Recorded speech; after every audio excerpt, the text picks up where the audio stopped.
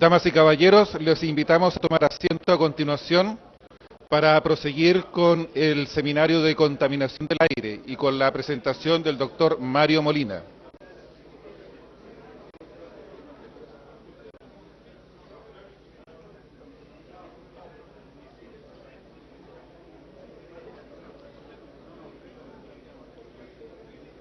Les rogamos tomar sus ubicaciones, por favor.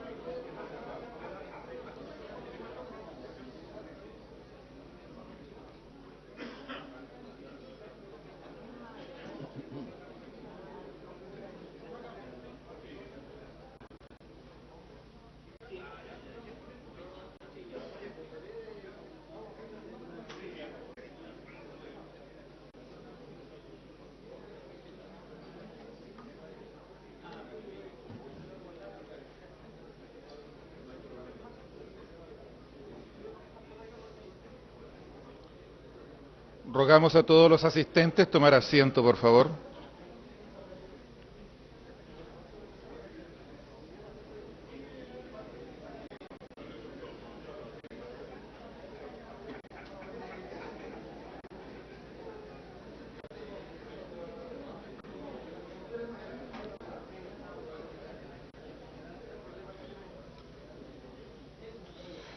A continuación, tenemos el privilegio de presentar al doctor José Mario Molina Pasquiel y Enríquez, quien dictará la charla magistral Contaminación atmosférica y cambio climático. El doctor Molina nació en Ciudad de México en 1943 y es ingeniero químico egresado de la Universidad Nacional Autónoma de México en 1965. Posteriormente realizó estudios de posgrado en la Universidad de Friburgo, Alemania, y recibió un doctorado de físico-química de la Universidad de California, Berkeley, en Estados Unidos. Es pionero y uno de los principales investigadores a nivel mundial de la química atmosférica. Fue coautor junto a Frank Sherwood Rowland en 1974 del artículo original prediciendo el adelgazamiento de la capa de ozono como consecuencia de la emisión de ciertos gases industriales, los clorofluorocarburos, que les mereció el Premio Nobel de Química. Asimismo, sus investigaciones y publicaciones sobre el tema condujeron al Protocolo de Montreal de las Naciones Unidas, el primer tratado internacional que ha enfrentado con efectividad un problema ambiental de escala global y de origen antropogénico. El doctor Molina y su grupo de investigación publicaron una serie de artículos entre 1976 y 1986 que identificaron las propiedades químicas de compuestos que juegan un papel esencial en la descomposición del ozono en la estratosfera. Fue profesor en el Instituto Tecnológico de Massachusetts en el periodo 1989-2004, profesor e investigador de la Universidad Nacional Autónoma de México entre 1967 y 1968, de la Universidad de California, Irvine, entre 1975 y 1979, y del Laboratorio de Propulsión a Chorro del Instituto Tecnológico de California en el periodo 1982 a 1989.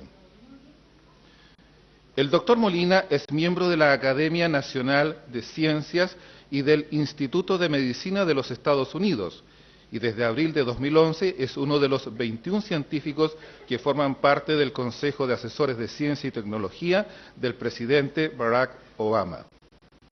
Igualmente, el doctor Molina es miembro distinguido de la Pontificia Academia de las Ciencias del Vaticano, del Colegio Nacional, la Academia Mexicana de Ciencias y la Academia Mexicana de Ingeniería, entre otras. Por su labor y contribución a la ciencia ha recibido numerosos galardones, incluyendo más de 30 doctorados honoris causa, el Premio Tyler de Energía y Ecología en 1983, el Premio Sasakawa de las Naciones Unidas en 1999 y el Premio Nobel de Química en 1995. Actualmente, el doctor Molina es investigador de la Universidad de California en San Diego, donde forma parte del Departamento de Química y Bioquímica y del Instituto de Oceanografía Scripps, una de las instituciones líderes en la investigación de los fenómenos asociados al cambio climático. En México, preside desde 2005 un centro de investigación y promoción de políticas públicas que lleva su nombre, donde realiza estudios estratégicos sobre energía y medio ambiente, particularmente en los campos de cambio climático y calidad del aire.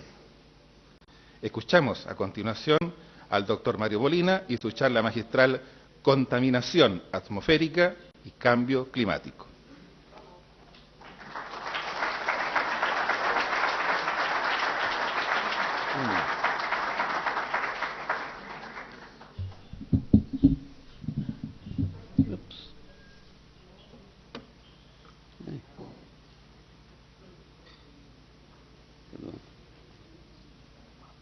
Notas. Bueno, buenos días a todos ustedes. Pues primero que nada quiero agradecerle a los organizadores la oportunidad que me dan de platicar con ustedes esta mañana. Y en particular le quiero agradecer a Pedro Yola, Yanni López, que hayan invitado a este viaje a Chile, que ha sido muy placentero. Lo que voy a hacer es hablar de cambio climático y su conexión con calidad de aire. Me pasaron una agenda y estoy viendo que ya se me acabó el tiempo. Pero voy a abusar y de todas maneras voy a hablar unos minutos. Lo que quiero enfatizar pues esa conexión de cambio climático con calidad de aire, porque es uno de los temas importantes que tenemos hoy en día. El cambio climático, pues como saben ustedes, es un problema ambiental muy serio, es quizá el problema más serio que está enfrentando la humanidad en este siglo, desde luego el problema ambiental más complicado, y es algo que nos preocupa sobre todo por el hecho de que la sociedad a nivel planetario todavía no responde de manera adecuada a este problema. Y es por eso que quiero repasar, brevemente, cuál es el problema, cuál es la situación actual que tenemos. Y una manera de hacerlo es tratando de explicar por qué la sociedad no ha respondido, elaborar ciertos mitos que son muy prevalentes sobre este tema. Y pues aquí tengo tres, quizás los más importantes, y voy a tratar de elaborar uno por uno en unos minutos. El primero es la idea de que pues, el cambio climático es complicado y que realmente la ciencia no sabe, que algunos científicos piensan que es un problema serio, pero muchos otros piensan que no, y pues realmente, siendo ese el caso, no está justificado que la sociedad responda a este problema. Pero, ¿por qué es un mito esto? Bueno, el mito se refleja, por ejemplo, en encuestas, y les estoy concentrando en datos en Estados Unidos, y voy a explicar por qué en un momento, pero tengo datos, estadísticas en Estados Unidos ya de hace algunos años. Esto por fortuna ha mejorado, pero menos de la mitad de la población piensa que es un problema serio, o piensa que está establecido, que hay cambio climático o que está causado por actividades humanas. Pero lo que es el caso es que encuestas muy serias, muy detalladas, que se han hecho con la comunidad científica, pero enfocada en los expertos en este tema, porque claro, hay científicos en otros temas pues que también opinan, pero que no deberían de opinar. Pero en fin, el hecho es que el consenso es extraordinario, es más del 95%, y por cierto, esto no quiere decir que, aunque no se ve aquí en el extremo de la pantalla, el 3% que está en oscuro, ese 3% también lo hemos tomado en cuenta y discutido cuáles son sus razonamientos, pero y ha salido todo bien publicado en la literatura, así es que realmente el consenso es extraordinario. Pero ¿cuál es el origen de que pues haya tanta incredulidad, digamos, con respecto a este problema? Y es que los medios, de nuevo esto también ya ha cambiado en los últimos años un poco, pero los medios, esto es un reflejo de la estadística en televisión, en particular en Estados Unidos, y es que pues han respondido a una campaña que ha habido muy bien financiada por grupos de interés y también grupos políticos que han tenido el objetivo de desprestigiar la ciencia del cambio climático. Y esta campaña pues ha tenido mucho éxito con los medios, porque pues siempre dicen, sí, siempre hay dos lados de cualquier problema como este. Algunos dicen que sí y algunos dicen que no, y por eso el resultado es que los medios muy conservativos, muchos de ellos en Estados Unidos, pues no representan de ninguna manera ese consenso que existe con tanta claridad en la comunidad científica, ¿no? Pero lo que voy a hacer es explicar muy brevemente por qué hay ese consenso, por qué está tan claro. Pero quizá antes, nada más para que no se me olvide, ¿por qué es importante este ataque a la ciencia en Estados Unidos? Porque resulta que para que haya un acuerdo internacional que sea la manera más eficiente de enfrentar este problema, que es a nivel planetario, lo explico en un momento por qué, pues es muy importante que todos los países grandes, por lo menos, estén de acuerdo y ratifiquen ese acuerdo internacional, y de momento eso no puede pasar en Estados Unidos, porque un acuerdo de ese tipo tiene que ser ratificado por el Congreso. Y el Congreso en Estados Unidos, como saben ustedes, la mitad es republicano. Y los republicanos han tomado como bandera, casi como religión, pues la idea de que el cambio climático es una farsa, que es algo simplemente creado para que los gobiernos tengan facilidad para dominar lo que está pasando con sus vidas personales, etcétera. Pero también por ciertos grupos de interés. Entonces, es realmente extraordinario que llegue a ese grado la irracionalidad de un grupo tan importante como el Congreso en Estados Unidos. Por fortuna, para ponerlo en este momento también, el otro lado de la moneda en Estados Unidos es que el presidente Obama sí está muy convencido, está de acuerdo con el consenso científico, y ha tomado todas las medidas que son posibles de llevar a cabo en Estados Unidos sin la aprobación, sin que requieran la aprobación del Congreso. Pero en fin, ese es el resumen de la situación política en Estados Unidos. ¿Y por qué es importante? Porque es el cuello de botella. Pues países como China, México, Brasil, etcétera, pues no estarían dispuestos a firmar un acuerdo internacional si Estados Unidos no lo hace, porque perderían competitividad, ¿no? Entonces, todos los países importantes, incluyendo China, que por cierto ya está muy dispuesto a hacerlo, sí estarían ratificando este acuerdo internacional. Y si tengo tiempo me voy a referir más adelante un poco a la posibilidad de este acuerdo, pero lo estarían ratificando siempre y cuando Estados Unidos también lo hiciera.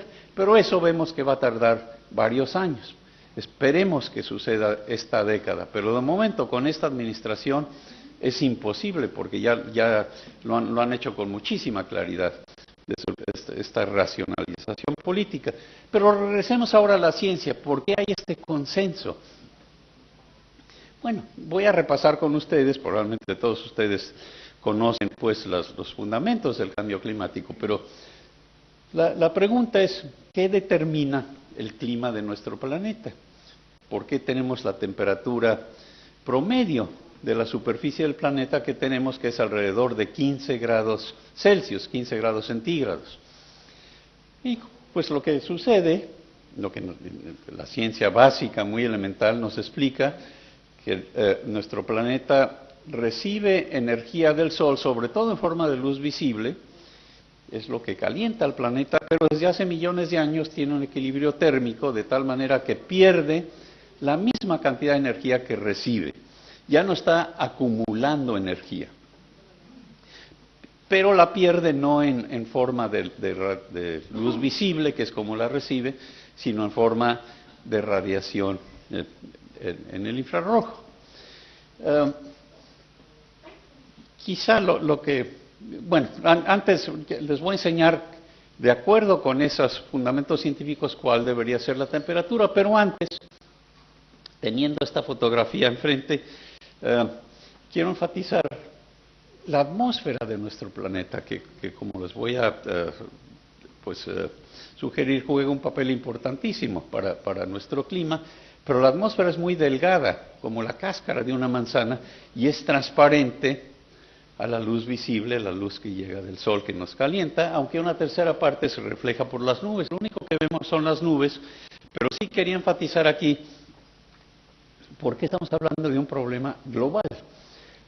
Resulta que si aquí vemos a México en el centro de la foto, no sé por qué, pero en fin, exacto.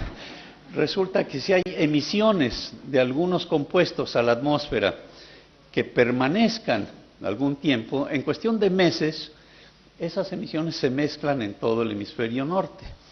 Y hay una barrera de difusión entre los dos hemisferios, pero tarda alrededor de año y medio, cuando mucho 2 años, esas emisiones también en mezclarse en el hemisferio sur.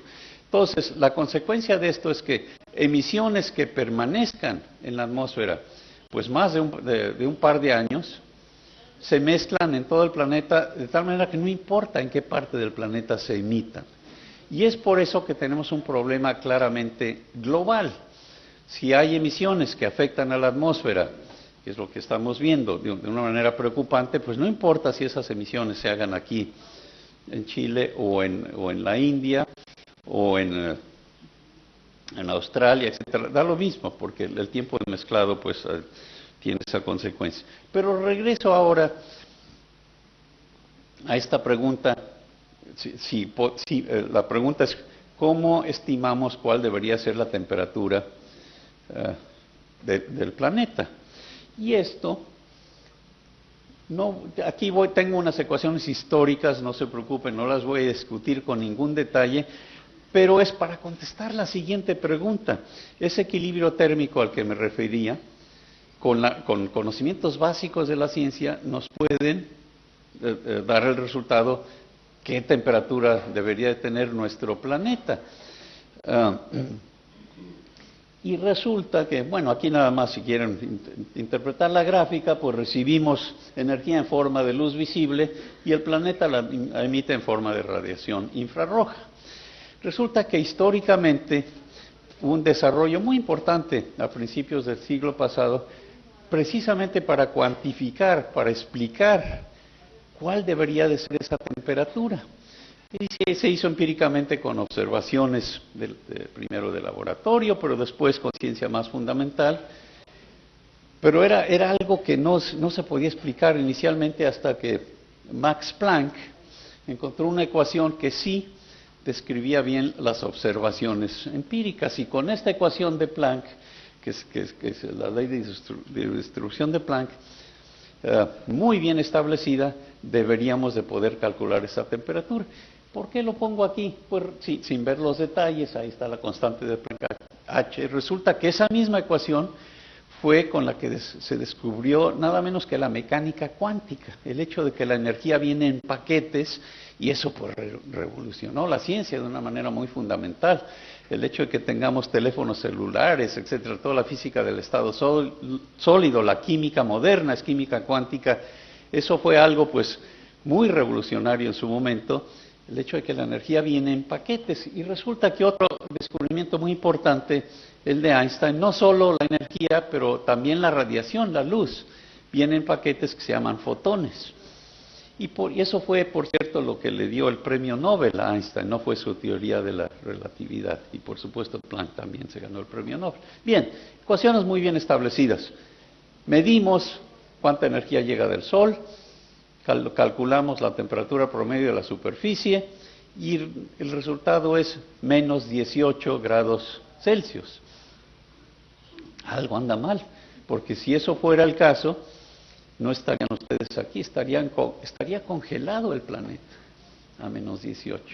¿Y qué es lo que pasa? No es que esté mal la ecuación, lo que pasa es que no es la temperatura de la superficie del planeta, sino más arriba en la atmósfera. Lo que sucede es que hay un fenómeno importantísimo, el efecto invernadero natural, y es que la atmósfera funciona como si fuera una manta que calentara al planeta, pero una atmósfera transparente a la radiación que llega del Sol, excepto, como les decía, por una tercera parte que no llega a la superficie, se refleja al espacio, pero la atmósfera no es transparente en el infrarrojo. Entonces, el hecho de que esa radiación emitida por la superficie en parte se absorba en la atmósfera tiene como resultado un cambio de temperatura. En lugar de menos 18 es más 15, o sea, hay 33 grados de diferencia por esa manta que nos calienta, y eso es el efecto invernadero natural. Pero les enseño ahora, esto por cierto, sin entrar en detalles, se puede medir y usar leyes de la física y de la fisicoquímica para cuantificar este efecto. Está muy bien entendido el fenómeno natural. Pero lo que es también un poco sorprendente es que la atmósfera absorba radiación en el infrarrojo. Y para explicarlo, aquí tengo nada más un esquema de la composición química de la atmósfera. Sin entrar en detalles, la mayor parte de la atmósfera, como saben ustedes, es nitrógeno y oxígeno, pero estos gases son transparentes, no solo a la luz visible, sino también en el infrarrojo. Y si tomamos el 1% de la atmósfera y lo amplificamos, pues la mayor parte de ese 1% es un gas inerte, también transparente a la luz visible y al infrarrojo. Pero hay una pequeña parte, pues, de la atmósfera, vapor de agua, dióxido de carbono y otros gases que llamamos gases efecto invernadero. Esa pequeña porción es la que absorbe en el infrarrojo, la que calienta al planeta. Pero aquí hay otra situación interesante también. Primero, esto se puede medir y con estudios de espectroscopía muy bien establecidos de cómo absorbe el vapor de agua, cómo absorbe el dióxido de carbono y varios otros gases como el metano, el óxido nitroso, que también ayudan parcialmente a ese calentamiento. Pues resulta que el vapor de agua absorbe más o menos las 3/4 partes de esa energía que emite la superficie.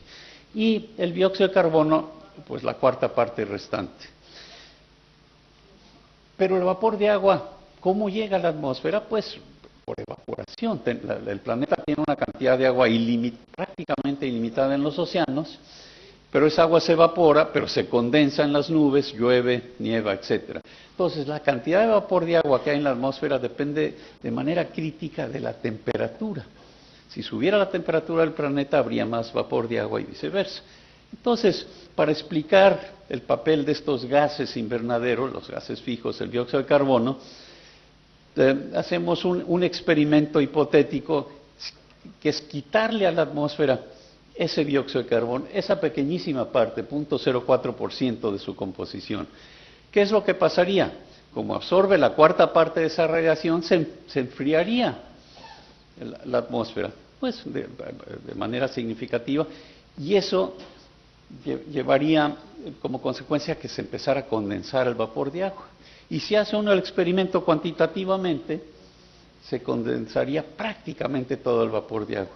En fin, ahora les enseño qué es, pero primero quiero nada más indicar, quizá para tener una noción más clara de qué es ese 0.04%. Si el dióxido de carbono estuviera sólido como hielo seco, esa cantidad de dióxido de carbono ocuparía nada más 4 milímetros.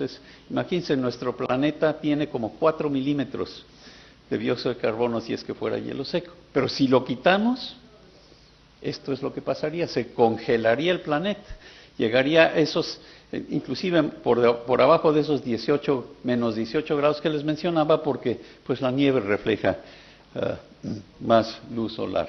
Y es por esto que el clima natural del planeta, antes de considerar efectos de nuestras actividades humanas, está determinado fundamentalmente por el dióxido de carbono y los otros gases invernadero. Por eso se le llama el termostato del planeta, y esto explica también cambios importantes de temperatura en épocas geológicas. Bien, hasta aquí es un repaso muy breve de cómo funciona el clima natural del planeta. Pero aquí hay una cosa interesante, es qué ha pasado en años recientes con el dióxido de carbono. Y si lo medimos en una escala de 10.000 años, para verlo con claridad, pues se ve que el dióxido de carbono ha subido, bajado un poco, pero de repente se dispara. Y coincide eso con la revolución industrial, pero sobre todo el siglo pasado. Y si tuviera una gráfica equivalente del consumo de combustibles fósiles, pues sería muy parecida. Entonces, con toda claridad, ese aumento de dióxido de carbono se debe a la quema de combustibles fósiles, carbón y petróleo. Pero es un cambio muy significativo, ha aumentado más del 40%. Y podemos irnos años atrás, varios millones de años, no había estado tan elevado el dióxido de carbono en millones de años. Si seguimos, y hay mediciones de esa temperatura promedio del planeta, que no es trivial porque pues varía mucho con estaciones, latitud, etcétera. Pero si sacamos un promedio, tomando todas las precauciones estadísticas que sean necesario, pues también vemos que ha subido y bajado. Sabemos que en las épocas glaciales bajó más de 4 o 5 grados, pero lo que vemos es que también hay un aumento repentino, que no es muy grande, es menos de 1 grado, alrededor de 0.8, 0.9 grados Celsius, pero coincide ese aumento con el aumento de dióxido de carbono, por un lado. Por otro lado, sabemos que el dióxido de carbono es el termostato del planeta. Entonces, pues la pregunta evidente es, ¿están conectados estas dos observaciones? Y la respuesta es, los científicos con mucha precaución han tratado de contestar esta pregunta, pero con mediciones, con modelos, no solamente con modelos, pero mediciones, observaciones, fundamentos científicos, etc. Y la respuesta quizá la puedo resumir a través de este consenso al que me refería, el consenso científico representado en este caso por este grupo de expertos del panel intergubernamental de cambio climático. Hay otra manera de hacerlo, pero este es un grupo de científicos voluntarios que examinan cada 4 o 5 años la literatura científica relevante y publican reportes. Yo fui parte del reporte del 2007 y en ese reporte la respuesta a esta pregunta que acabo de hacer, ¿qué conexión hay entre el cambio repentino de temperatura? Le llamo repentino en una escala de 10.000 años, claro. ¿Qué conexión hay entre eso y el cambio, pues igualmente repentino de dióxido de carbono? Y la respuesta, de nuevo, con estos estudios detallados, muy bien documentados, es que sí, evidentemente están conectadas estas dos observaciones. Pero los científicos no están totalmente seguros, porque el clima es complicado, es un sistema complejo, las nubes juegan un papel importante y no son fáciles de tomar en cuenta en los modelos. Lo mismo las partículas atmosféricas, las mismas que contaminan el aire y que tienen efectos importantes en la salud, también tienen efectos importantes en el clima y no es fácil de cuantificar. Así pues, la respuesta más completa que hace la comunidad científica es esta. Sí hay una conexión entre el cambio de temperatura y el cambio de composición, pero en el reporte anterior del 2007 decían, pero con una probabilidad del 90%. O sea, podía ser que de casualidad fuera el caso y que no estuvieran conectados, pero es poco probable. Y en el 2013-14, el reporte que acaba de salir, siguió avanzando la ciencia, entonces ya no es 90%, ahora el consenso es que es 95% de probabilidad. ¿Okay? O sea, se admite la posibilidad de que sea coincidencia, pero realmente es muy poco probable.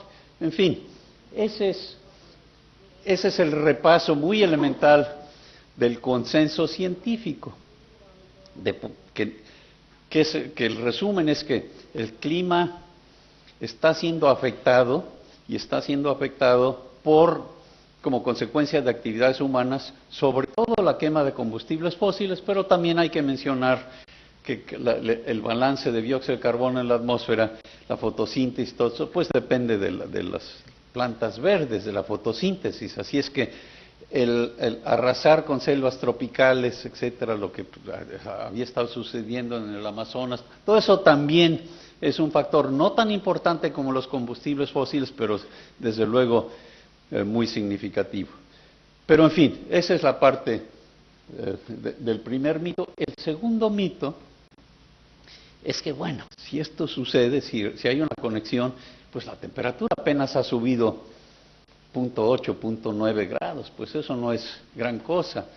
A lo mejor esto es un problema para nuestros nietos o bisnietos.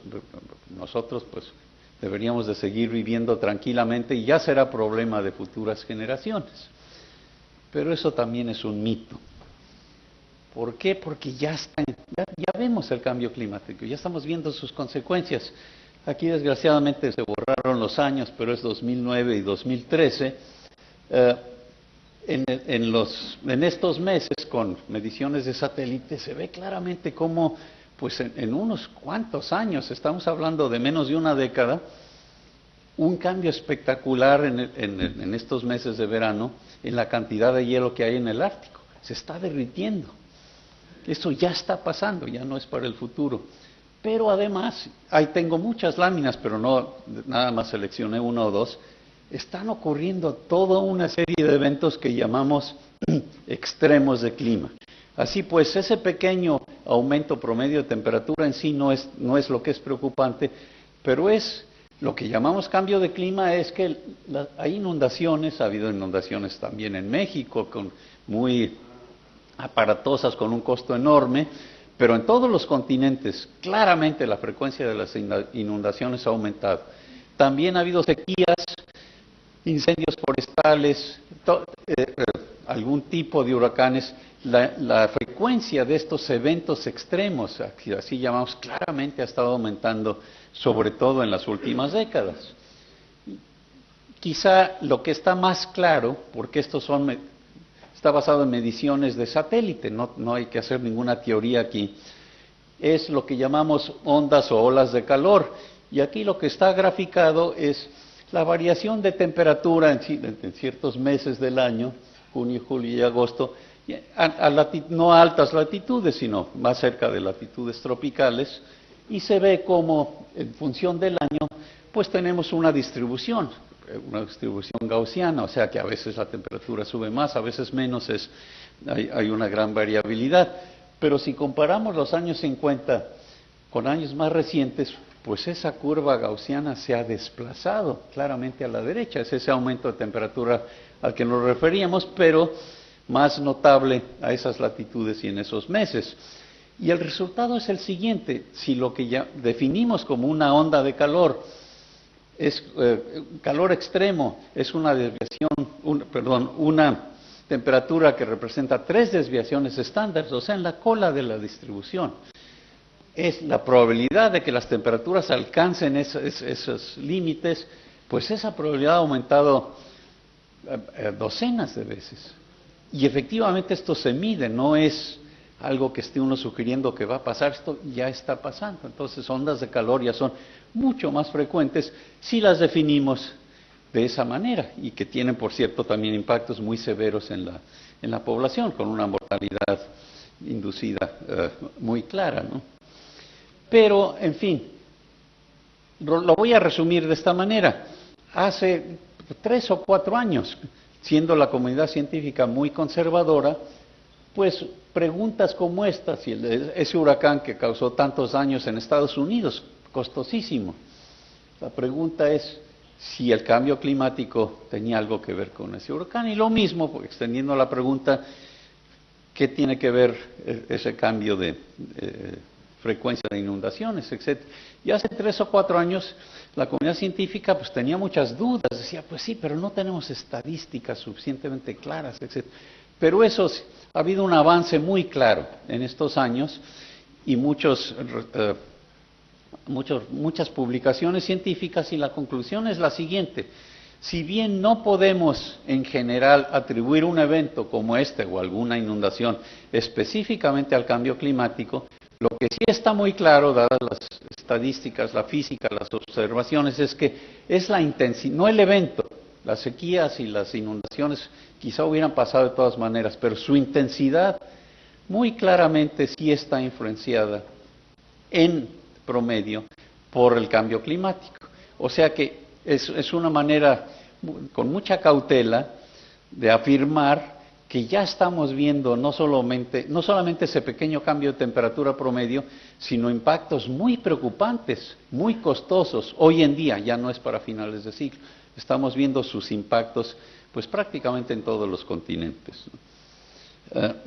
Bien, pues pasamos aquí al otro mito que tengo en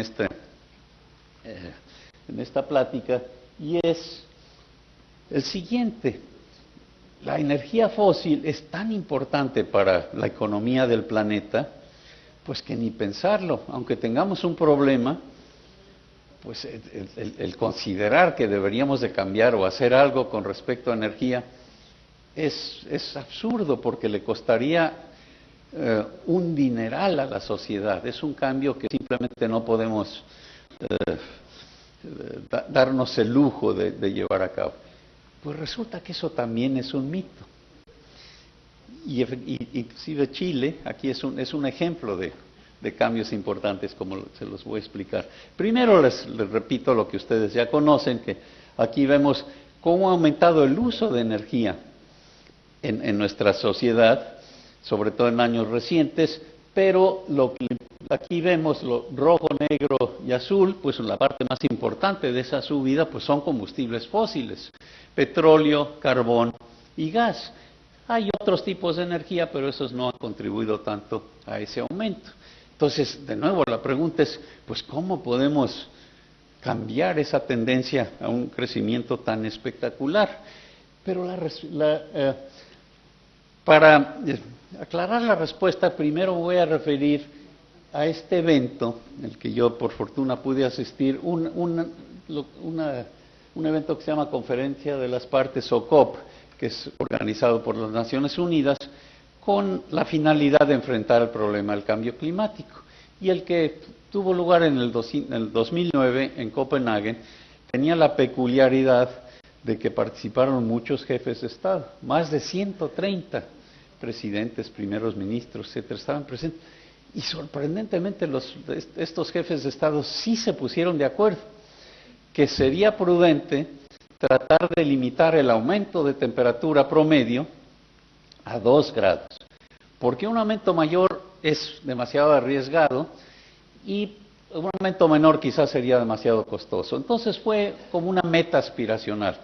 Los negociadores de las Naciones Unidas no se pusieron de acuerdo, así es que esto no tuvo como consecuencia un acuerdo internacional, pero sí se estableció desde entonces esa meta aspiracional. ¿Y esto qué es lo que tendría que pasar para que no llegáramos a esos 2 grados?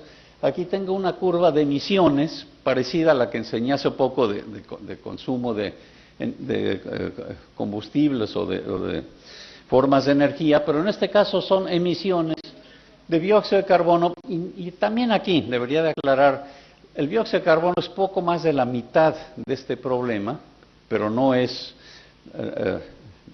más de las 2/3 partes. La otra mitad o la otra tercera parte, un poco más, son otros gases como el metano y otros compuestos como el hollín, al que me voy a referir en un momento, ¿no? Pero en fin, para simplificar, esto se simboliza como dióxido de carbono equivalente.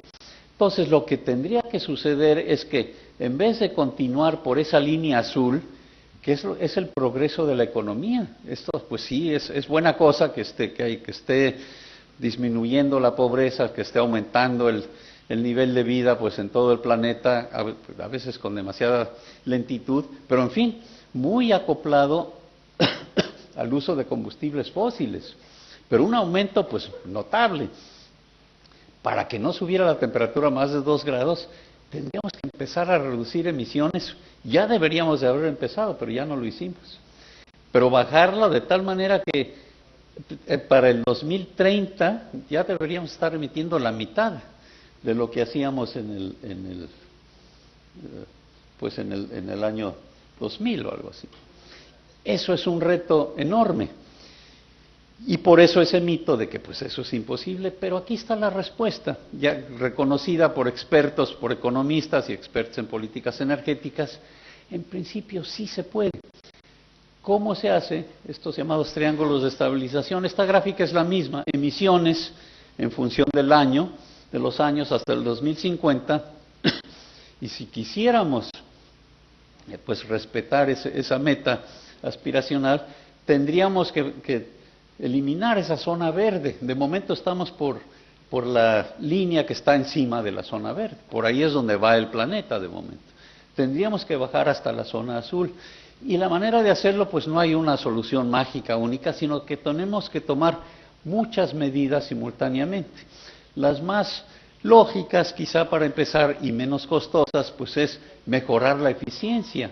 Sector transporte, el sector de construcción, etcétera, etcétera, porque eso es rentable, eso ya nos conviene y la sociedad sale ganando desde el punto de vista económico.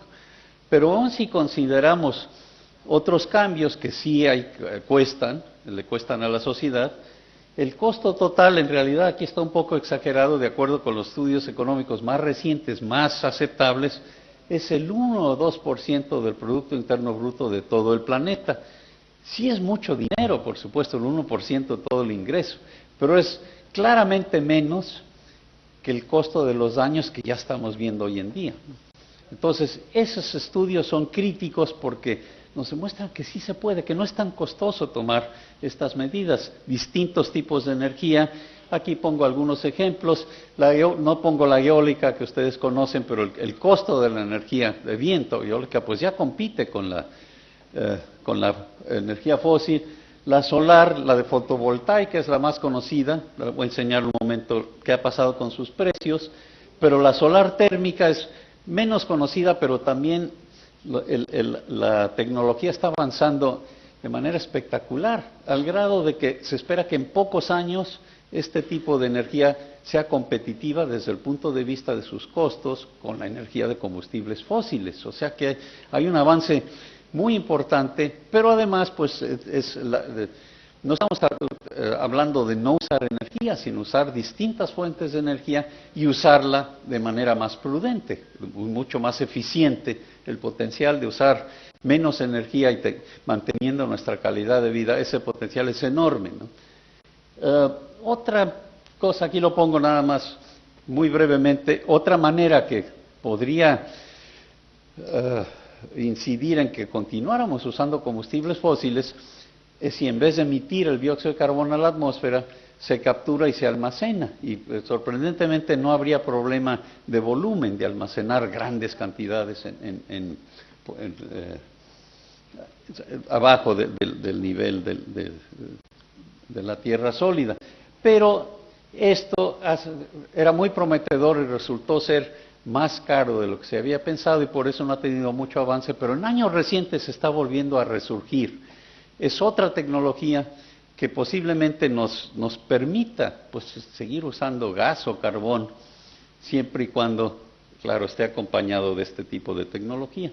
Y también menciono esta que es mucha controversia, la energía nuclear, pero de acuerdo con los expertos que estudian también la parte de efectos en la sociedad, efectos en el medio ambiente, sobre todo con las nuevas generaciones se pueden hacer plantas muy seguras, también con costos que están disminuyendo. Y este tipo de energía pues tampoco emite dióxido de carbono. Este es todo un tema, pero puede ser un punto adicional, una manera adicional pues de lograr esas metas aspiracionales. Bien, pues aquí nada más para enseñarles con las celdas fotovoltaicas, qué es lo que ha pasado con los precios. Pues en la medida que ha aumentado el consumo, el precio se ha desplomado. En los últimos 4 o 5 años ha bajado de una manera espectacular. Por ejemplo, en China es donde han empezado a vender pues cantidades muy grandes de estos paneles a precios pues muy reducidos, de tal manera que es muy difícil competir con ellos, ¿no? Pero en fin, bueno, quiero regresarme un momento porque con esto termina mi explicación del tercer mito, y es que realmente la sociedad no solo sí se puede dar el lujo de aspirar a que la temperatura no suba más de 2 grados, quizá ya es un poco tarde, ahora serían 2,5, no solo es que es un lujo, al revés, nos sale más barato. Claramente a la economía de todo el planeta le va mejor si se toman esas decisiones, aunque va a haber perdedores y ganadores, pero por supuesto los países pues que consumen más energía pues tienen que participar en estas medidas. Pero lo que quiero enseñar ahora es la conexión del cambio climático con la calidad de aire, y por eso tenía yo esta lámina nada más para acordarme. Tenemos aquí que oscurecen pues los glaciares. ¿Por qué? Por el hollín. Esto está sucediendo en el Ártico y posiblemente aquí también en los glaciares que tengan pues relativamente cerca, y resulta que ese hollín que viene pues de quemar leña, entre otras cosas, o de los motores a diésel, sobre todo los que no tienen buenos controles, ese hollín tiene pues distintos efectos. Quizá el efecto más espectacular, el que acabamos de oír hoy en la mañana, pues es que son partículas muy pequeñas que claramente pues son las emisiones más preocupantes desde el punto de vista de salud pública. Pero es un problema relativamente local porque el hollín no permanece en la atmósfera más que semanas, cuando mucho un mes o algo así. Pero sí es un problema muy serio de salud pública, pero resulta que estas partículas en la atmósfera absorben radiación solar y contribuyen al cambio climático. O sea, después del dióxido de carbono compiten el metano y el hollín como segundos componentes para el cambio climático, y después vienen otros gases como el óxido nitroso, etc. Y también lo que enseño aquí es este tercer efecto. ¿Qué pasa si se oscurecen pues el Ártico o si se oscurecen los glaciares? Pues absorben más energía solar y se derriten más fácilmente. Entonces ese también es un problema muy preocupante. Entonces es por esto que este hollín, aquí lo enseño de un camión a diésel viejo en la Ciudad de México, que esperamos que estos ya los estemos eliminando en muy poco tiempo, pero por fortuna sí puede hacer la sociedad algo con respecto a estos compuestos, el hollín, el metano y algunos otros compuestos aquí mencionados, sin necesidad de tener un nuevo acuerdo internacional, como el que se requeriría para reducir emisiones de dióxido de carbono, al que me refería al principio, que de momento no ratificaría el Congreso de Estados Unidos. ¿Por qué? Pues precisamente porque son compuestos que afectan a la salud pública. Entonces, en principio, pues esto ya lo están haciendo ustedes aquí en Chile, lo estamos haciendo en México por nuestro lado. Pero además, reconociendo esto, pues hay una coalición internacional que empezó ya hace varios años, que tiene la ventaja de tener recursos, nos pueden apoyar a tomar medidas para reducir estos que llamamos contaminantes de vida corta. Los distinguimos del dióxido de carbono porque el dióxido de carbono tiene la siguiente complicación.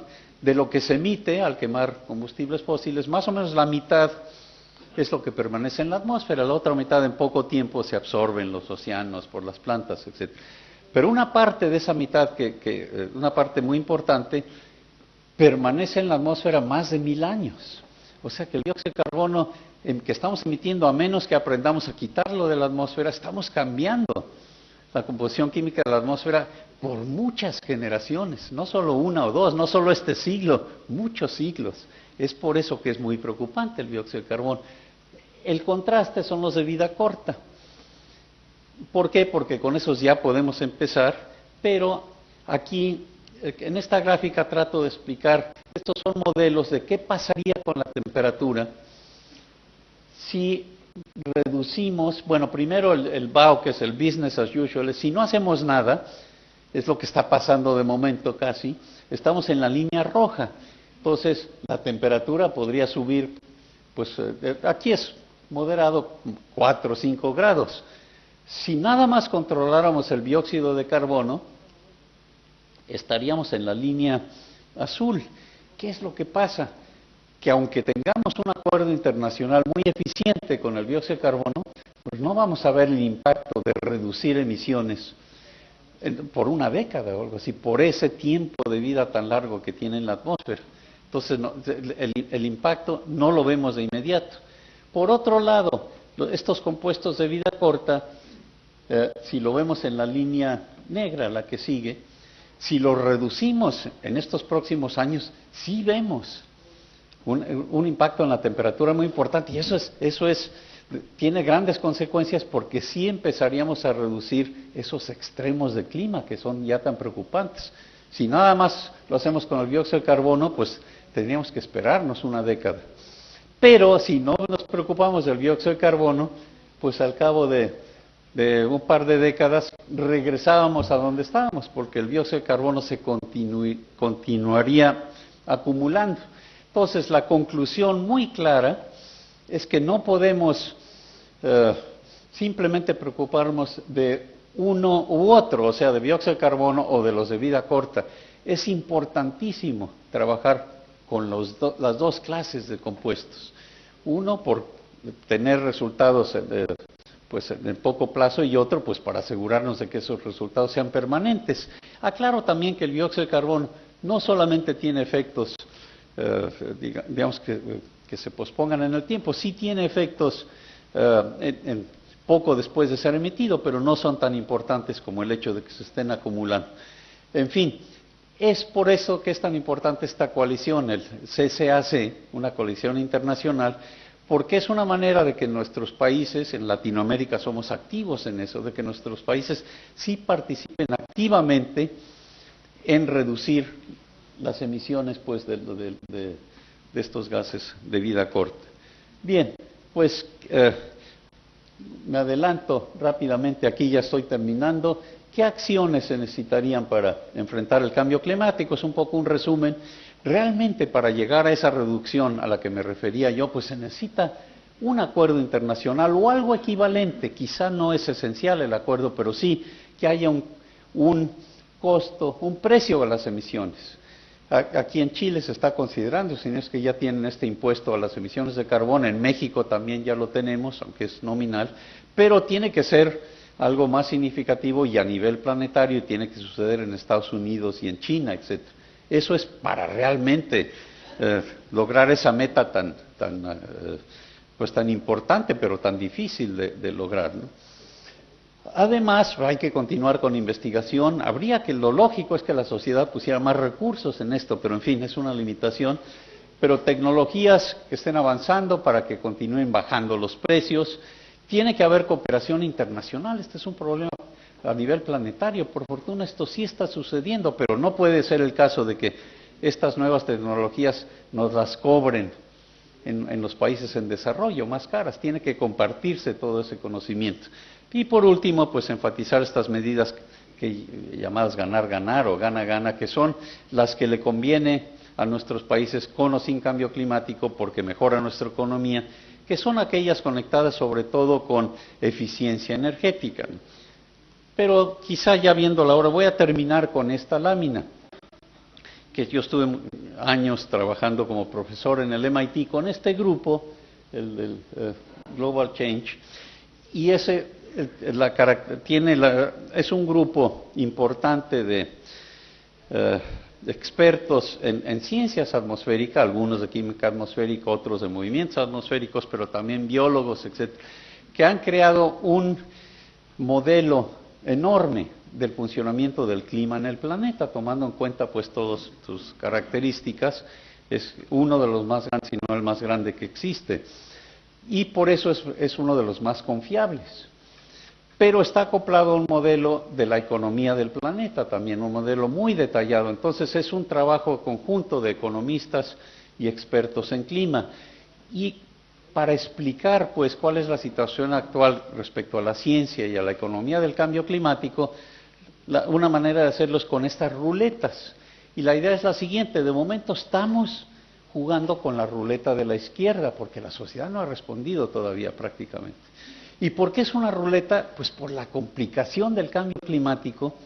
Como decía yo, es un sistema complejo, aunque sí tenemos el 95% de confianza que sí somos nosotros los que estamos cambiando el clima, no sabemos qué pasaría si continuamos con mucha certeza. Y por eso, pues es como si estuviéramos jugando ruleta. Lo más probable, si no cambiamos, y los modelos nos los dicen con mucha claridad, es que la temperatura suba mucho más de 2 grados, posiblemente 4, 5 o hasta más. Pero lo que es muy preocupante es la zona roja. Imagínense que suba la temperatura más de 6 grados. Pero podríamos cambiar de ruleta. Si tomamos esas medidas a las que me he referido, esos triángulos de estabilización a un costo moderado, 1 o 2% del PIB, y con eso pues no estamos seguros. Sí podría subir la temperatura a 4 grados, pero sería mucho más probable que subiera menos de 3, a un costo mucho menor para todo el planeta que el pagar los impactos de los impuestos. Pero lo que es muy importante aquí, voy a terminar con esto, los análisis económicos en años recientes, que es acoplados, digamos, con estudios científicos, estamos en colaboración con los grupos de científicos, con economistas. La idea es la siguiente: las decisiones políticas que se tomen en el planeta no deberían de estar basadas en proyecciones de qué es lo que es más probable. Por ejemplo, pues la temperatura más probable, podría decir uno aquí, serían 4 o 5 grados, ¿no? No, es como funciona la sociedad, es en función de riesgos. Y si tenemos aquí un 20-25% de riesgo de que la temperatura suba más de 6 grados, eso equivaldría a tener catástrofes a nivel global. ¿Quién sabe qué pasaría? Pero es totalmente inaceptable. Pero ese riesgo es absurdo. Y lo explico con este ejemplo que doy a veces de personal, quizás la manera más sencilla de comunicárselos. ¿Cómo aceptamos riesgos? Yo vuelo mucho porque viajo pues no solo entre México y Chile, pero a veces voy a Estados Unidos y a Europa también. Y vuelo tanto que pues sí me sucede con cierta frecuencia que nos anuncia el piloto del avión: tenemos un problema mecánico. Se van a tener que esperar varias horas a que lo arreglemos, a menos de que encontremos otro avión. Ay, pero tengo prisa para llegar. Bueno, ni modo. Pero otra alternativa es que el piloto nos dijera: tenemos un problema mecánico, pero sé que algunos de ustedes tienen prisa. Así es que vamos a despegar. Pero no se preocupen, nada más hay un 10% de probabilidad de que no lleguemos. 10% es gigantesco. ¿por qué apostar todo el planeta? Si no hacemos nada y además si nos sale más barato, sería totalmente absurdo. Pero acabo nada más aclarando que no nada más es el aspecto económico, que pues con eso ya sería suficiente, pero es un aspecto de ética también y de valores. Tenemos la responsabilidad de dejarle a futuras generaciones pues un planeta en el que nuestros hijos y nuestros nietos tengan pues aspiraciones a un nivel de vida pues por lo menos igual al nuestro, si no mejor. Sería altamente irresponsable dejarles un planeta en el que sería muy difícil ya de tener pues una sociedad a un nivel adecuado. En fin, termino con eso y muchas gracias por su atención.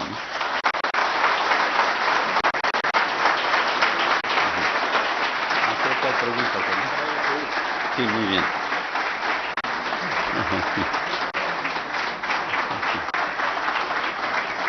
Muchas gracias.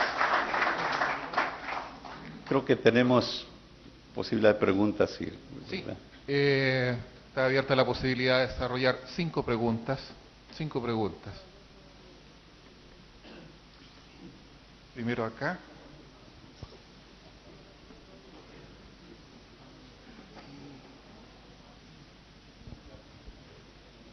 ¿Se puede? Aló, aló, sí. En primer lugar, muchas gracias al diario La Discusión por darnos esta oportunidad a personas no doctas como yo a participar en algo de tan alto nivel. Segundo lugar, nos estamos refiriendo específicamente aquí en Chile a tratar de solucionar un problema que gracias a la inoperancia política y económica lo tenemos hoy día y tenemos las tremendas dificultades para controlarlo y arreglarlo. Y dentro de esa posibilidad de arreglar ese profundo error que se ha cometido aquí en Chile, yo me hago la siguiente pregunta. Ninguna de las personas que hoy día tuvieron la gentileza de contarnos cosas, de explicarnos cosas, de enseñarnos cosas, a ninguno le escuché yo algo que a mí me resulta básico para Chile, porque Chile es un país especial, angosto, largo, con una alta cordillera por un lado y el mar al otro lado. Entonces, yo no entiendo que en este país no sea prioridad absoluta para la gestión de descontaminación en invierno, cuando abundan las aguas que se botan al mar, con pequeñas centrales de paso en todas las ciudades centrales y sur de Chile, produciendo electricidad muy económica. Los primeros 10 años, el costo de un kilovatio en una pequeña central de paso vale 15 pesos el kilovatio, y con unos 600, 700 pesos diarios podemos calefaccionar especialmente las casas de población. Ahora, después de 10 años, con esos 15 pesos por kilovatio, baja mucho el precio, porque después de 10 años se amortizó la inversión de capital. Esa nomás sería mi pregunta, y muchas gracias por haberme permitido. Bueno, quizá no sea yo el más atinado pero primero de manera muy general, sí es importante, es una cosa que estamos haciendo en nuestro centro en la Ciudad de México y que también colaborando con el centro aquí. Es importante tener una visión integral, no nada más ver contaminación y sus efectos en la salud, sino son los aspectos económicos. Entonces, sí hay toda una serie de estudios de políticas energéticas. ¿Cuáles son las que son más convenientes para la sociedad, más baratas? Casi todo lo que hagamos en gran escala puede tener desventajas. La energía hidroeléctrica, pues antes con las grandes inundaciones puede ser problema, pero la mini hidroeléctrica puede ser una alternativa, etcétera. Pero sin entrar en detalles, que quizá alguno de mis colegas lo quiera hacer, estoy de acuerdo en que hay que tomar en cuenta todas estas posibilidades, pero por fortuna se pueden hacer estudios muy serios y podemos además aprender de qué es lo que ha funcionado en otros sitios. Tengo experiencia directa de estas mini hidroeléctricas en el norte de Canadá, por ejemplo, y queremos hacerlo en México también, pero no tengo suficiente información detallada aquí en Chile para poder dar una opinión, más que por supuesto hay que considerar todas las alternativas, pero sí con estudios tecnológicos y económicos pues de que estén al corriente, que estén al día y de alta calidad, ¿no? Que es por eso una de las cosas por las que aprecio mucho las actividades del Centro Mario Molina aquí en Chile, porque lo que hacen, quizá no en ese ámbito de energía, pero en otros, pues sí está directamente en contacto con la comunidad internacional de expertos académicos en esos campos, ¿no? Pero en fin, lo dejo ahí, no sé si solo que alguien pudiera contestar más directamente, pero sí es una pregunta que pues habría que contestar en un momento dado. Muchas gracias, doctor. Tengo nada más una preocupación, y es que no deberían de ser preguntas muy largas, porque se nos acaba el tiempo, pero aclaro, no hay preguntas tontas, nada más hay respuestas tontas.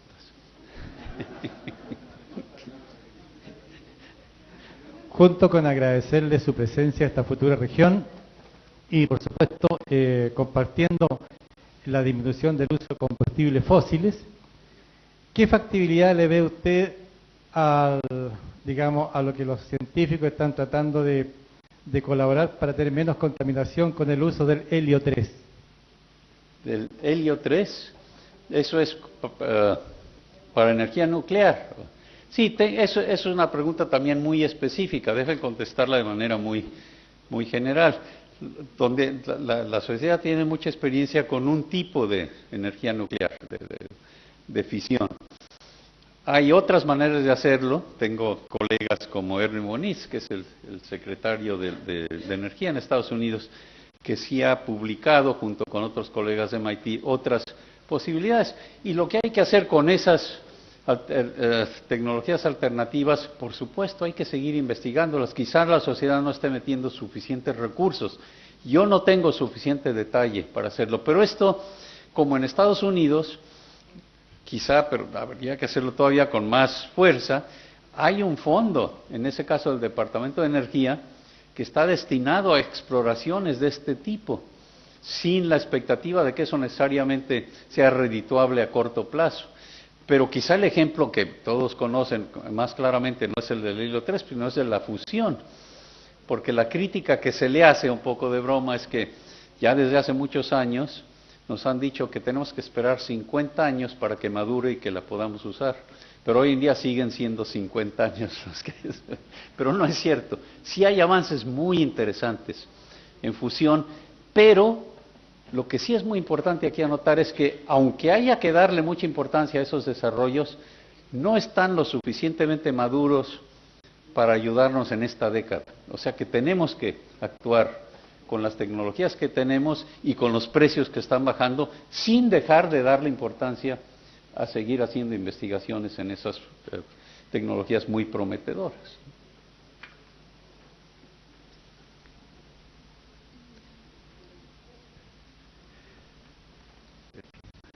Mi nombre es René Poblete, presidente de la Cámara Chilena de la Construcción. Bueno, de partida se agradece que tengamos este tipo de seminario con gente tan importante como el doctor Luis Díaz, el doctor Marcelo Mena y obviamente el premio Nobel Mario Molina. La verdad las cosas es que hace 2 meses nosotros hicimos un seminario acá, también en Chillán, donde trajimos a un experto y que colaboró con el tema climático con el vicepresidente de los Estados Unidos, Al Gore, y obviamente que es demócrata y no republicano. Y también a otro experto en sistema de certificación de edificios LED, y que también certifica a lo largo de toda América. Nosotros también tuvimos reuniones con la Agencia Chilena de Eficiencia Energética, Instituto Chileno de la Construcción, y creamos una comisión, las cámaras regionales del sur de Chile, por tan importante contaminación que hay.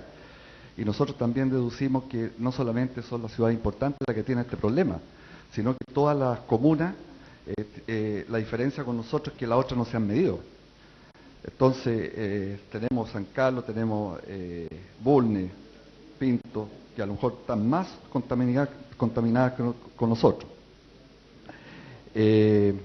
Bueno, la verdad que, ¿qué es lo que necesitamos nosotros? Necesitamos incentivos para que se pueda construir en eficiencia energética. Y yo creo que eso es lo importante, la construcción en eficiencia energética. ¿Ah? Yo creo que todos los países desarrollados, no sé si usted está de acuerdo o no, una pregunta a usted, de que el tema económico es el que nos hace hacer construcciones con una más alta eficiencia energética, que eso ayudaría mucho el tema. Sí. Y nosotros tenemos el grave problema que aquí en Chile, por ejemplo, esto va a ser otra pregunta a lo mejor para don Felipe Alboe, de que en el sistema AIF, que lo mencionó el doctor Mena, la verdad que es un sistema sumamente importante para poder aislar la vivienda. Y resulta que nosotros no tenemos capacitaciones creadas en demasía como para poder ver este tema. Sí, y mi consulta es para usted, la que acabo de mencionarle, y para el senador que tenemos para el futuro presupuesto, la discusión del Senado del futuro presupuesto para el próximo año para todos los ministerios que están involucrados. Bien, quizá la manera de contestar esto, sin entrar demasiado en detalles, bueno, primero mencionar de manera muy general que es el sector de construcción es otro ejemplo en que los avances de la tecnología muy recientes, pues, yo los veo como progresando de manera espectacular. Hay materiales aislantes baratos, rígidos, etcétera, que se pueden generar, pero quizá de manera más puntual puedo dar el ejemplo de algo que hicimos en nuestro centro en la Ciudad de México con el gobierno federal de México, y es para las viviendas de interés social. Trabajamos junto con los constructores, las compañías constructoras más importantes, las oficinas de gobierno que se dedican a esto, Infonavit, Conavi, etcétera, y nosotros y algunos otros del sector académico, y todos llegamos a un acuerdo. Un error que se hacía en México con viviendas de interés social es que se construían con terrenos muy baratos, pero demasiado lejos de los sitios de trabajo. Entonces eso llevó a que se abandonaran muchas casas. Pero en fin, el hecho es que nosotros en nuestro centro creamos una especie de calificación que toma en cuenta aspectos ambientales, sociales y económicos, con la que estaban totalmente de acuerdo las compañías constructoras, para tener una línea de mejoramiento en todas estas líneas para este tipo de viviendas. Y además, con esta herramienta para poder hacerlo cuantitativamente, lo que llamamos hipoteca verde en México, que era un préstamo a un costo relativamente pequeño, pero adicional al costo de una casa normal para que fuera más atractiva desde el punto de vista de eficiencia energética. Esa hipoteca verde era voluntaria y ahora ya es obligatoria en todo el país. Entonces, sí es posible, lo doy como ejemplo porque es ese trabajo conjunto de los sectores afectados. No es que el gobierno haya impuesto una medida a la que se hayan resistido las compañías constructoras o que lo hayan hecho sin consultar a los expertos. No, todos trabajamos juntos y ha tenido un éxito extraordinario. Creo que lo que deberíamos de hacer, nosotros tenemos mucho que aprender de los éxitos que tienen aquí en Chile, energías renovables, etcétera, etcétera, y descontaminación, pero deberíamos de seguir colaborando y ver qué es lo que mejor funciona en cada uno de nuestros países y pues tratar de copiarlo y optimizarlo, adaptándolo, por supuesto, a la situación local.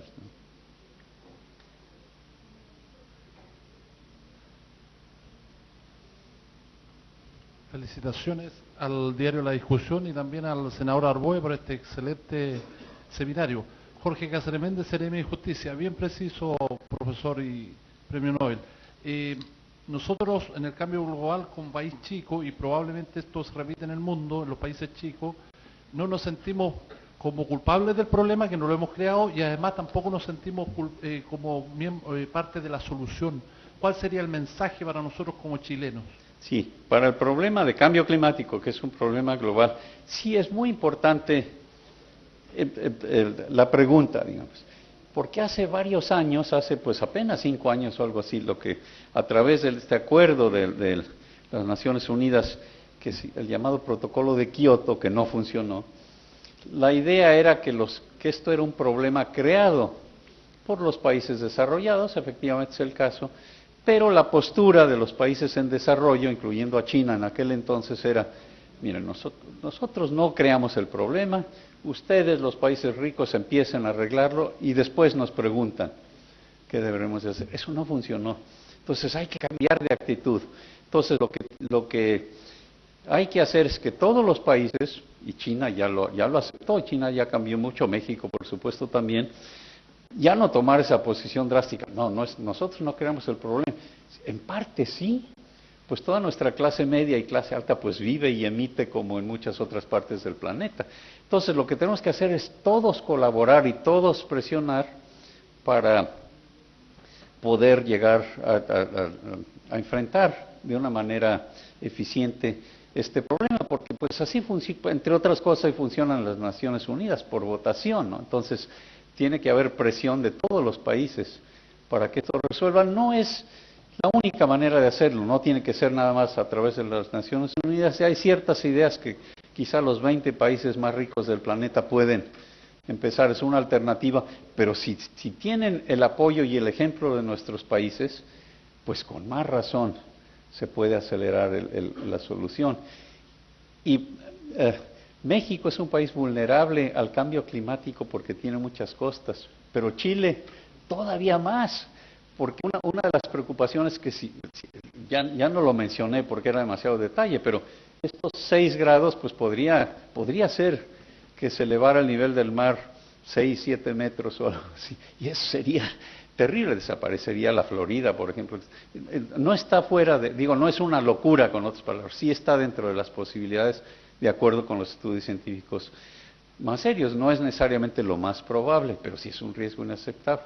Pero a lo que voy es que países vulnerables como Chile y México, por supuesto nos conviene continuar nuestro liderazgo para que se resuelva este problema, y que quizá no tanto como en los países isla, algunos de los cuales casi con certeza van a desaparecer, y pues los pobres ya están comprando terrenos en otros países porque va a ser la única manera de sobrevivir. Su país va a desaparecer. Aunque no lleguemos a ese grado, sí es importantísimo que colaboremos en la solución. Agradecemos al doctor Mario Molina la respuesta que está haciendo a las consultas que se le están efectuando. También a través de redes sociales, las personas que están siguiendo este seminario están efectuando consultas. Me voy a acercar, voy junto al periodista Cristian Chandía para conocer cuáles son aquellas consultas que se están efectuando. Cristian. Hola, gracias. Bueno, la gente ha estado muy atenta a lo que ha sido este seminario a través de nuestra página web, www.ladiscusión.cl, y hay algunas preguntas abiertas, aunque aquí una persona nombra al...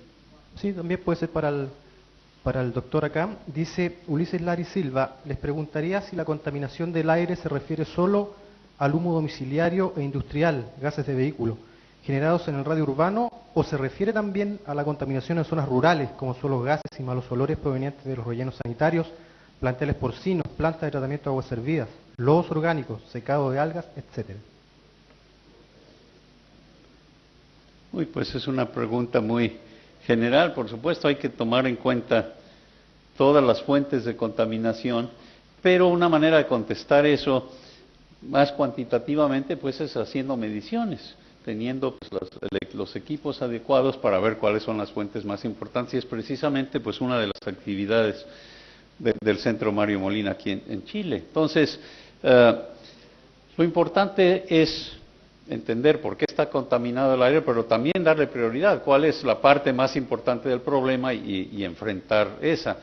Los rellenos sanitarios, pues, por cierto, hay toda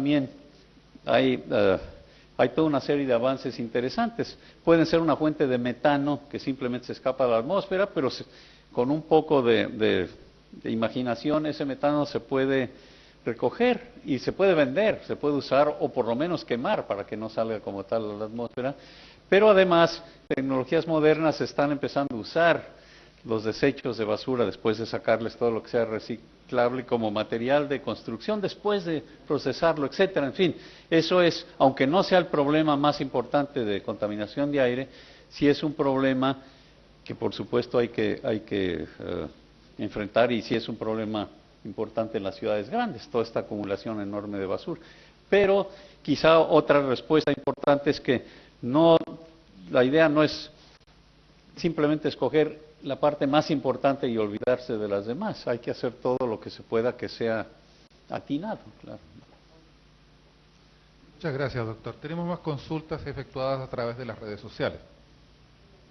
Andrea González Méndez preguntó a través de nuestro Facebook, dice ella, yo consultaría por qué se ponen tan estrictos con el uso de la leña y no así con los gases arrojados por los vehículos. He visto cómo salen automóviles de la planta de revisión técnica echando humo negro, sin mencionar todas esas micros que me dejan sin poder respirar cuando me toca detenerme en la moto, dice ella, detrás de ellos. Esa es la pregunta que hace Andrea González Méndez. Pues yo creo que la respuesta es la última que di, que hay que ver en qué zonas, cuál es la fuente de contaminación más importante y pues por supuesto atacarla, pero también al sector transporte, ¿no? Entonces, ese sí, para eso me refiero a este acuerdo que hay del CCAC, que sí tiene como una primera meta que debería ser relativamente sencilla de lograr en todos nuestros países latinoamericanos, y es de que no circulen camiones a diésel muy viejos, de esos que emiten humo negro, porque esos ya están obsoletos, tienen impactos a la salud muy serios. En fin, es algo que depende de cada país, cada localidad, cómo se reglamente, pero sí es algo que es justificable pues tratar de eliminar, porque sí se puede, hay tecnologías y es algo pues que a la sociedad le sale de manera conveniente, le sale más barato no tener esa contaminación que tenerla, ¿no? En fin. Muchas gracias, doctor. Una última consulta que se está efectuando a través de redes sociales. En Twitter, nuestro Twitter del diario, Paulina Orsúa, dice ella, consulta si se está de acuerdo con subvencionar la electricidad como una manera de paliar la contaminación, principalmente por el tema de la leña. Si las autoridades están de acuerdo con subvencionar la electricidad, si es posible esta medida. Bueno, aquí de nuevo está una pregunta más específica, pero a grandes rasgos, subvencionar con electricidad que viene de plantas termoeléctricas que queman carbón, pues sería un error, porque eso desde el punto de vista del cambio climático sería peor. Quizá sí sería una manera de reducir emisiones que afectan a la salud, pero ¿por qué no hacer las dos cosas? Atacar tanto el cambio climático como el problema de salud. Y oímos dos pláticas antes y sabemos que pues hay en el gobierno aquí en Chile un interés muy grande por resolver este problema. Así es que yo creo que eso sí se está atacando aquí de una manera muy transparente y muy profesional. Por eso felicito inclusive pues al gobierno, los distintos niveles de gobierno chileno por estar enfrentando esto. Y ahí, de nuevo, nada más citar lo que ya oímos en la mañana, que pues por lo menos Santiago es un buen ejemplo para toda Latinoamérica de cómo sí fue posible reducir, no las emisiones, sino la concentración en la atmósfera es más importante todavía, cómo ha bajado pues en las últimas décadas. Así es que eso es un resultado muy importante y muy positivo, ¿no? Un ejemplo de Chile para el resto de Latinoamérica. Muchas gracias, doctor. En rigor del tiempo, concluimos aquí el desarrollo de este seminario, tributando indudablemente nuestro reconocimiento al doctor Mario Molina.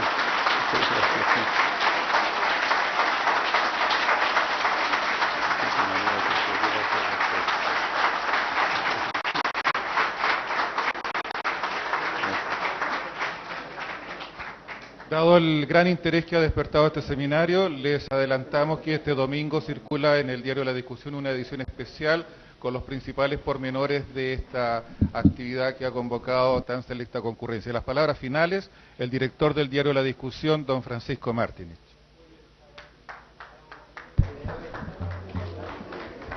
Muchas gracias a todos y todas quienes asistieron. Espero que se vayan motivados. Le agradecemos al doctor Molina, ha sido un honor.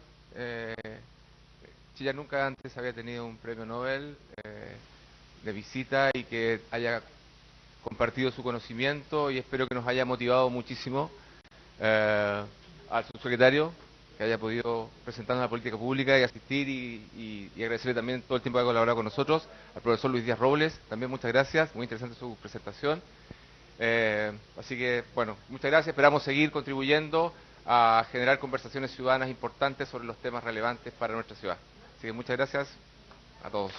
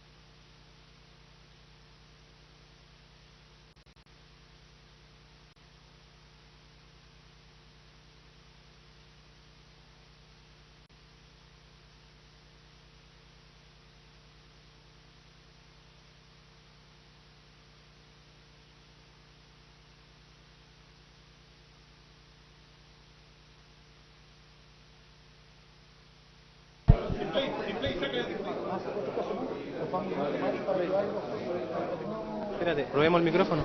Oye.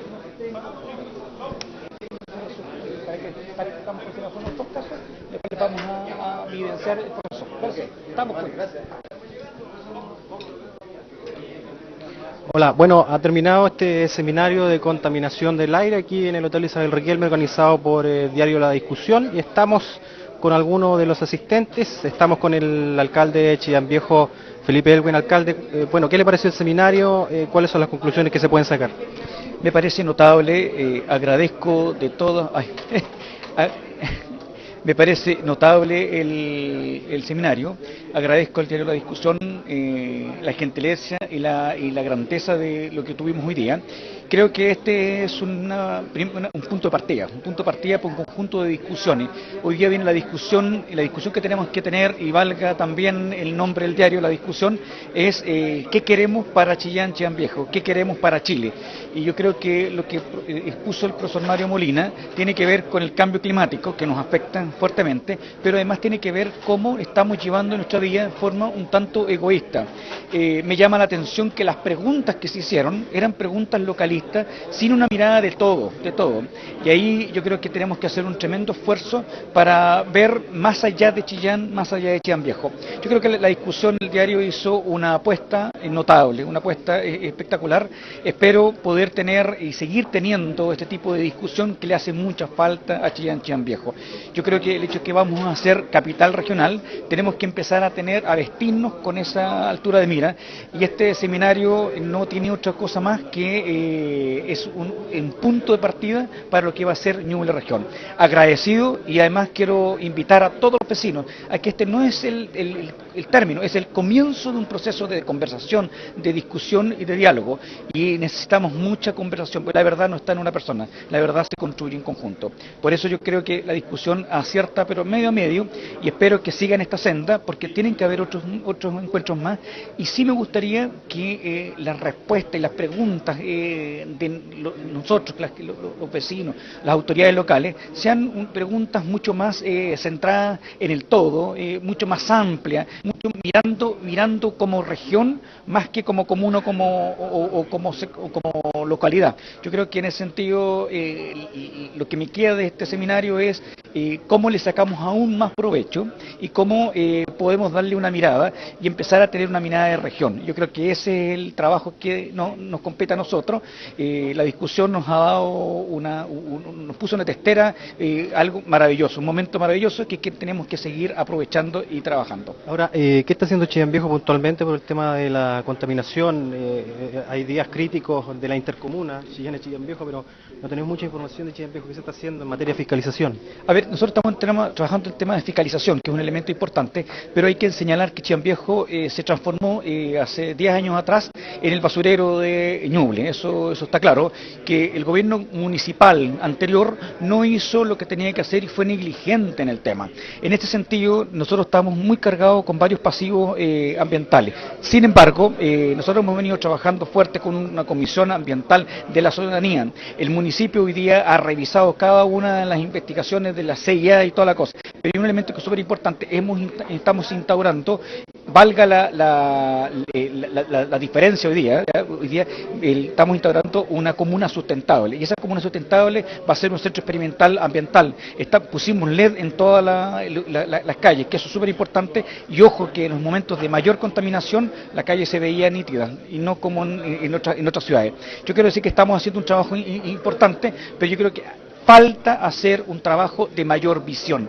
Y esto que hizo la discusión, lo aplaudo, lo agradezco y lo felicito, porque creo que es la altura, tenemos que ponernos pantalón. Y la discusión hizo lo que debemos hacer hoy día como Chillán Viejo, como región.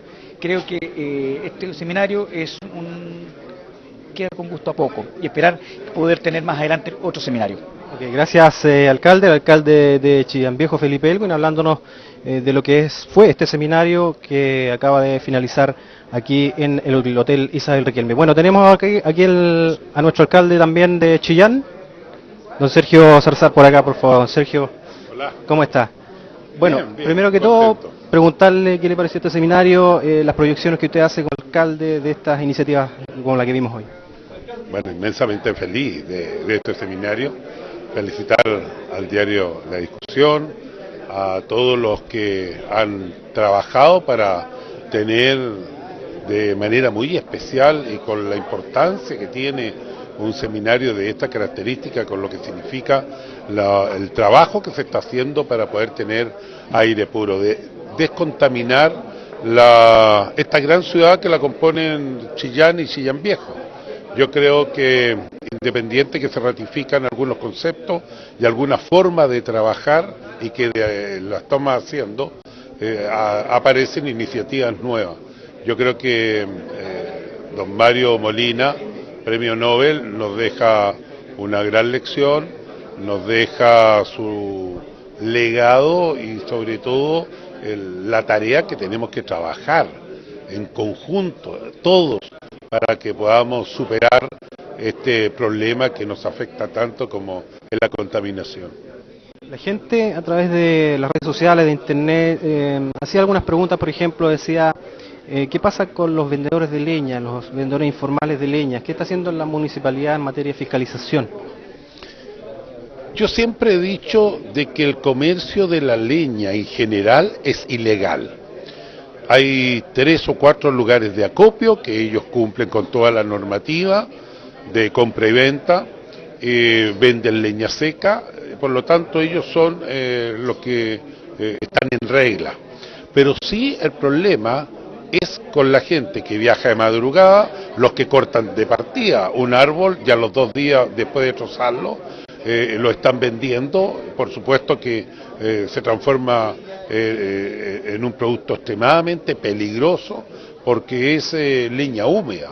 ¿Y cómo poder controlar esto? No solamente en la municipalidad, porque hay muchos caminos de acceso donde vienen los camiones o las camionetas con la leña, y aquí es una tarea de todos.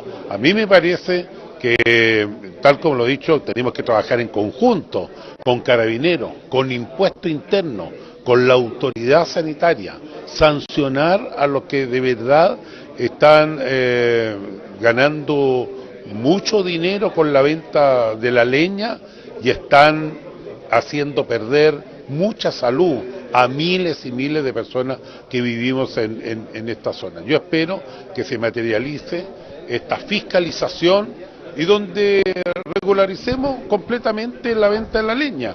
Ya sabemos todos que más allá, teniendo menos de un 25% de humedad no provoca mayor problema.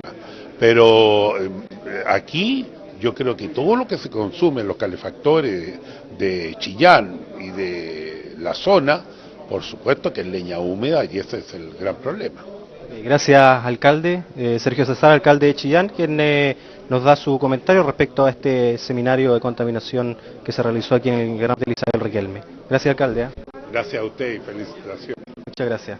Bueno, tenemos una última entrevistada, bueno, la gobernadora de Ñuble, Lorena Vera, quien también participó de este seminario. Gobernadora, ¿cómo está? Muy bien. Cuéntenos su parecer respecto a este seminario, las proyecciones que hace usted como autoridad. Bueno, la verdad es que creo que es una tremenda instancia la que tuvimos hoy día en Chillán y agradecemos al diario la discusión, también al senador Felipe Arboe, que hayan estado presentes en esta iniciativa, que hayan estimulado a que se desarrollara y que la hayan propiciado, por supuesto, y además también muy contentos de la amplia participación ciudadana que hoy día tuvimos, del amplio interés que despierta este tema. Sabemos que Chillán Viejo y en realidad el sur de nuestro país tiene serias dificultades respecto a lo que es la contaminación ambiental y en este momento estamos preparando el programa de descontaminación ambiental para las comunas de Chillán y Chillán Viejo, en la región para la comuna de Los Ángeles también, y están anunciadas varias medidas al respecto. Medidas necesarias, pero que además son medidas que necesitamos que los distintos actores que intervienen en este tipo de políticas públicas estemos conscientes. Una cosa es plantear un programa que tiene que ser también local, que tiene que tener una relación real con la realidad que se vive hoy acá en la provincia de Ñuble, pero además un programa que requiere de la conciencia de todos los vecinos y las vecinas, de Ñuble, de Chillán Viejo.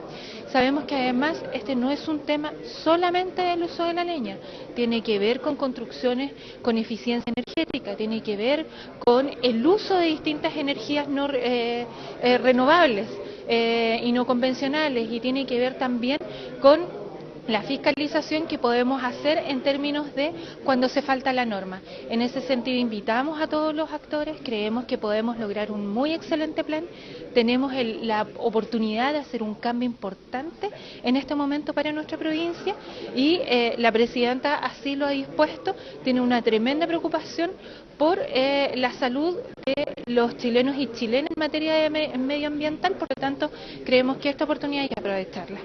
Okay, gracias, gobernadora, por su asistencia. Muy amable. Bueno, ahí estaba nuestra última entrevistada. Ponemos fin a esta transmisión vía streaming que realizamos a través de www.ladiscusión.cl. Nos reencontraremos en otra oportunidad.